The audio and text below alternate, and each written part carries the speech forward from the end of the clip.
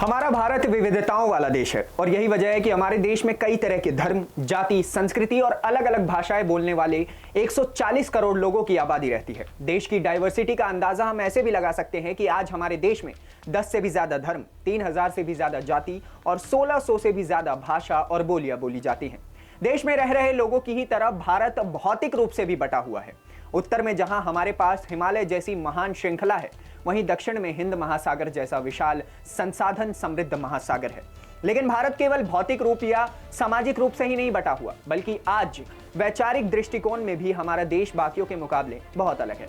समाजवादी, साम्यवादी, मौलिक, अनुदार, उदारवादी जैसे अनेक विचारधारा रखने वाले लोग और संगठन हमारे देश में काम करते रहे हैं। और अगर हम भारतीय राजनीति की बात करें तो इलेक्शन कमीशन ऑफ इंडिया के मुताबिक 8 नेशनल पार्टीज और 50 से भी ज्यादा स्टेट पार्टीज हमारे देश में हैं। और ये पॉलिटिकल पार्टीज अपने अपने एजेंडा और अपनी अपनी आइडियोलॉजी को लेकर के काम करते रहते हैं। लेकिन इन सभी पार्टीज के बीच दो ऐसी पॉलिटिकल पार्टी है जिनके ऊपर देश की जनता ने बीते 75 सालों में सबसे ज्यादा भरोसा जताया है। इनमें से एक पार्टी को देश की सबसे पुरानी पार्टी होने का गौरव हासिल है, तो दूसरी को दुनिया की सबसे बड़ी पार्टी होने का।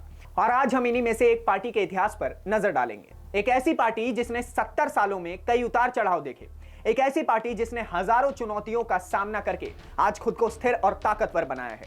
एक ऐसी पार्टी जिसने साल 1981 के लोकसभा चुनाव में महज 2 सीटें हासिल की, लेकिन 2019 के लोकसभा चुनाव में 303 सीटें हासिल करने जितना लंबा सफर तय किया है। जी हां, आपने बिल्कुल सही समझा, हम बात कर रहे हैं भारतीय जनता पार्टी की। अगर हम ऑफिशियली माने तो भारतीय जनता पार्टी की शुरुआत 6 अप्रैल से हुई थी और जिसकी नींव हमारे पूर्व प्रधानमंत्री अटल बिहारी वाजपेयी और लाल कृष्ण आडवाणी ने रखी। लेकिन भारतीय जनता पार्टी अपनी शुरुआत को एक आइडियोलॉजी और एक सोच के रूप में मानती है, जिसका श्रेय बंगाल में जन्मे एक भारतीय नेता और बैरिस्टर श्याम प्रसाद मुखर्जी को दिया जाता है। वो श्याम प्रसाद मुखर्जी ही थे जिन्होंने 21 अक्टूबर 1951 को दिल्ली के रघुमल गर्ल्स हाई स्कूल में भारतीय जनसंघ की शुरुआत की थी। 1951 में हुए देश के पहले लोकसभा इलेक्शन में डॉक्टर श्याम प्रसाद मुखर्जी के नेतृत्व में भारतीय जनसंघ को केवल 3 सीटें ही मिली। लेकिन यह पार्टी सबकी निगाहों में 1953 में आई, जब जम्मू और कश्मीर को विशेष राज्य का दर्जा दिया जा रहा था। तब श्याम प्रसाद ने उस समय की नेहरू सरकार का जमकर विरोध किया और जब यह विरोध जनता के बीच में तेजी से आग पकड़ने लगा तो सरकार ने श्याम प्रसाद मुखर्जी समेत जनसंघ के कई कार्यकर्ताओं पर बैन लगा दिया और सभी को श्रीनगर की जेल में डाल दिया। और साल 1953 में श्याम प्रसाद मुखर्जी की रहस्यमयी परिस्थितियों में मौत हो जाती है और जनसंघ को चलाने की जिम्मेदारी मुरली चंद्र शर्मा के कंधों पर आती है। जिसके बाद 1957 के चुनावों में भी जनसंघ को पिछली बार की तरह ही केवल 4 सीटें मिली। 1960 के दशक में जनसंघ फिर एक बार सुर्खियों में आई जब उन्होंने गौ हत्या को लेकर आवाज उठाई और इस तरह के मुद्दे उठाने का फायदा पार्टी को खूब मिला। और 1967 के दौर में जनसंघ को दीनदयाल उपाध्याय के रूप में एक बेहतरीन नेता मिला और फलस्वरूप 1967 में हुए लोकसभा इलेक्शन में पार्टी को 35 सीट पर जीत हासिल हुई। 1975 में इंदिरा गांधी सरकार ने जब इमरजेंसी लगा दी तो जनसंघ के कई नेताओं को जेल में डाल दिया गया और तभी जनसंघ को एहसास हुआ कि अगर उन्हें कांग्रेस जैसी स्ट्रांग पार्टी से लड़ना है तो उन्हें भी एक मजबूत गठबंधन बनाने की जरूरत है। और इसी बात को ध्यान में रखते हुए भारतीय जनसंघ ने भारतीय लोकदल और कांग्रेस और सोशलिस्ट पार्टी के साथ मिलकर के जनता पार्टी जैसी एक नई पॉलिटिकल ऑर्गेनाइजेशन को स्टैब्लिश किया। और 1977 में देश को मोरारजी देसाई के रूप में देश का पहला गैर कांग्रेसी प्रधानमंत्री मिला और 1980 में जनता पार्टी ने पार्टी के मेंबर्स की ड्यूअल मेंबरशिप पर बैन लगा दिया। दरअसल अब तक पार्टी का कोई भी मेंबर जनता पार्टी के साथ आरएसएस की भी सदस्यता रख सकता था, लेकिन साल 1980 में इस ड्यूअल मेंबरशिप पर बैन लगा दिया गया और इसी वजह से अटल बिहारी वाजपेयी और लाल कृष्ण आडवाणी समेत कई मेंबर्स ने जनता पार्टी छोड़ भारतीय जनता पार्टी की शुरुआत की। और 1984 के लोकसभा इलेक्शन में बीजेपी 224 सीट पर लड़ी, लेकिन पार्टी को बेहद शर्मनाक हार का सामना करना पड़ा और पार्टी 224 में से सिर्फ 2 सीट की जीत पर सिमट कर रह गई। और इस शर्मनाक हार को ध्यान में रखते हुए पार्टी ने आम जनता तक पहुंचने के लिए ग्राउंड लेवल पर काम करना शुरू किया और इसी के चलते बीजेपी ने 1986 में एंटी करप्शन मूवमेंट और फिर अयोध्या मूवमेंट को शुरू किया। 1986 में बीजेपी ने राजीव गांधी सरकार के खिलाफ बोफोर्स घोटाले को लेकर एंटी करप्शन मूवमेंट चलाया, जिसका फायदा पार्टी को 1979 में हुए जनरल इलेक्शन में मिला, जहां बीजेपी ने 85 सीटों पर अपनी रिकॉर्ड जीत दर्ज की और वीपी मेनन की जनता दल के साथ मिलकर केंद्र में सरकार बनाई। और इसी बात को देखते हुए 1990 में लाल कृष्ण आडवाणी ने हिस्टोरिक राम रथ यात्रा निकालने का फैसला किया और इस मूवमेंट का फायदा पार्टी को 1991 के लोकसभा इलेक्शन में मिला, जहां उन्हें करीब 135 सीटों पर जीत हासिल हुई और 1993 में बीजेपी एक नेशनल पार्टी बनकर उभरी और पार्टी ने हिमाचल प्रदेश, दिल्ली, उत्तर प्रदेश, राजस्थान और मध्य प्रदेश जैसे राज्यों में अपना दबदबा बना लिया। और 1996 के जनरल इलेक्शन में पार्टी ने 161 सीटों पर जीत हासिल की और अटल बिहारी वाजपेयी के नेतृत्व में अपनी सरकार बनाई। लेकिन यह सरकार महज 13 दिनों में ही गिर गई, जिसके बाद 1998 के इलेक्शन में बीजेपी ने समता पार्टी, शिरोमणि अकाली दल, शिवसेना, AIADMK के साथ मिलकर के गठबंधन बना लिया, जिसके बाद अटल बिहारी वाजपेयी दूसरी बार देश के प्रधानमंत्री बने। लेकिन फिर एक बार AIADMK की सपोर्ट वापस लेने की वजह से उनकी सरकार केवल 13 महीनों में गिर गई। और फिर 1999 में NDA 303 सीटों पर जीती, वो भी AIADMK की सपोर्ट के बिना। और आखिरकार भारतीय जनता पार्टी ने पूरे 5 साल तक स्थिर सरकार बनाई। इसके बाद 2004 और 2009 में NDA को देश की जनता ने बहुमत से दूर रखा और दोनों ही बार यूपीए ने अपनी सरकार बनाई। और फिर साल 2014 में बीजेपी के अच्छे दिन फिर से आए और NDA को नरेंद्र मोदी के रूप में एक करिश्माई नेता मिला और पार्टी ने 2014 और 2019 में फुल मेजॉरिटी के साथ जीत हासिल की। इन दोनों ही इलेक्शन में पार्टी ने खुद को नॉर्थ इंडिया से बाहर निकालकर साउथ इंडिया और नॉर्थ ईस्टर्न राज्यों में स्थिर किया। अब अगर आप गौर करेंगे तो 1981 के बाद भारतीय जनता पार्टी ने 42 सालों में खुद को किस तरह परिवर्तित किया है, इसका अंदाजा आप इन आंकड़ों से लगा सकते हैं। जहां 1981 में बीजेपी के पास सिर्फ और सिर्फ 148 एमएलए हुआ करते थे, वहीं आज इन एमएलएओं की संख्या 1296 पर है। 1984 में जहां बीजेपी को सिर्फ 2 मेंबर ऑफ पार्लियामेंट मिले थे, आज वो बढ़कर 303 हो गए। जहां 1984 के चुनावों में बीजेपी के पक्ष में 1,79,00,000 वोट डाले गए थे, वहीं 2019 के चुनावों में भारतीय जनता पार्टी को 22 करोड़ से भी ज्यादा वोट हासिल हुए। अब तक आपने भारतीय जनता पार्टी के इतिहास को देखा और यह समझा कि किस तरह वक्त के साथ इस पार्टी ने खुद को हिंदुस्तान जैसे एक बहुभाषी, बहुधर्मी और बहुजातीय देश में स्थापित किया। अब चलिए बीजेपी के उस रूप की तरफ चलते हैं जिसकी वजह से बहुत से पॉलिटिकल एक्सपर्ट ये कहते हैं कि इस पार्टी ने इंडियन पॉलिटिक्स का डीएनए बदल कर रख दिया। आइए एक एक करके उन कारणों को समझते हैं। आज के समय में भारतीय जनता पार्टी के ऊपर जो सबसे बड़ा आरोप लगाया जाता है वो ये है कि बीजेपी एक हिंदुत्ववादी पार्टी है। ऑपोजिशन के मुताबिक बीजेपी अपने वोट बैंक के लिए हिंदूवादी विचारधारा का इस्तेमाल कर रही है, जिस कारण पिछले कुछ वर्षों में देश की सांप्रदायिकता, सौहार्द को नुकसान पहुंचाया गया है। अब ओपोजिशन के इन आरोपों के विरोध में बीजेपी का कहना है कि हिंदुत्ववादी विचारधारा को मानना ना तो संवैधानिक तौर पर गलत है और ना ही नैतिक तौर पर।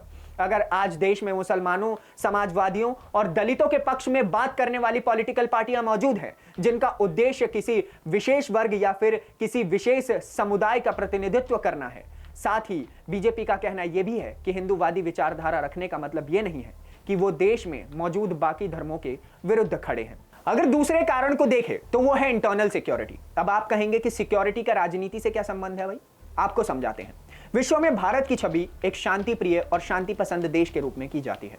अपने हजारों सालों के इतिहास में ऐसा माना जाता है कि हिंदुस्तान ने कभी भी किसी देश पर अपनी सीमाओं से बाहर जाकर पहले हमला किया ही नहीं है। फिर चाहे वो 16 महाजनपद का काल हो या फिर चक्रवर्ती सम्राट अशोका का समय, हिंदुस्तान के किसी भी सम्राट ने कभी भी किसी बाहरी देश पर हमला नहीं किया। लेकिन वक्त के साथ हमारी इस उदारता को देश के दुश्मनों ने हमारी कमजोरी समझ ली।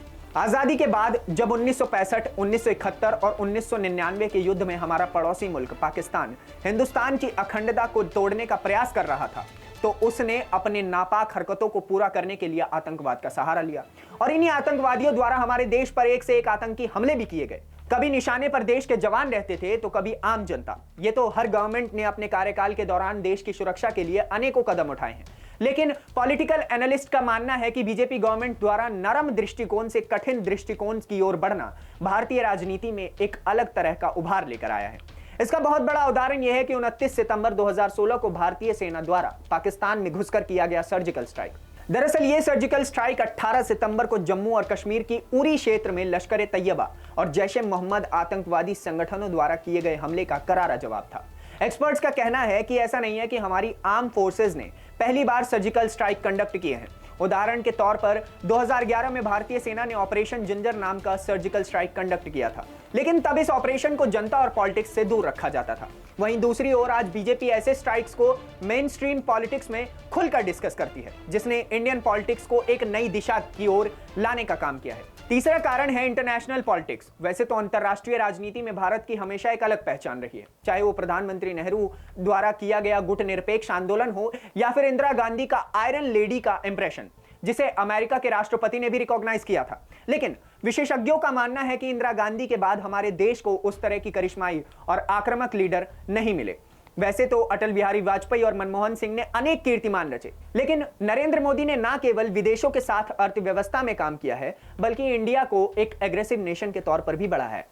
नेशनल पॉलिटिक्स को बदलने का एक बड़ा कारण बीजेपी खुद भी है। अगर आप देखेंगे तो बीजेपी की सबसे अलग होने का कारण यह है कि नरेंद्र मोदी जैसे पॉपुलर लीडर होने के बावजूद भी बीजेपी वन फेस पार्टी नहीं है। अगर हम कांग्रेस की बात करें तो उनके पास आज प्रधानमंत्री पद की दावेदारी पेश करने के लिए ही कोई चेहरा नहीं है। एक कड़वा सच तो यह भी है कि जवाहरलाल नेहरू और इंदिरा गांधी जैसे गतिशील नेता देने के बावजूद भी आज देश की सबसे पुरानी पार्टी बैटलफील्ड में अपनी अस्तित्व के संघर्ष के लिए लड़ रही है। कांग्रेस के अलावा अगर हम देश में मौजूद दूसरी पार्टी की बात करें तो समाजवादी पार्टी के पास सिर्फ अखिलेश यादव का चेहरा है, तो आम आदमी पार्टी के पास सिर्फ अरविंद केजरीवाल का। और अगर हम भारतीय जनता पार्टी की बात करें तो 2014 के चुनावों में पार्टी के पास सुषमा स्वराज, मनोहर पारिकर और अरुण जेटली जैसे शानदार चेहरे थे।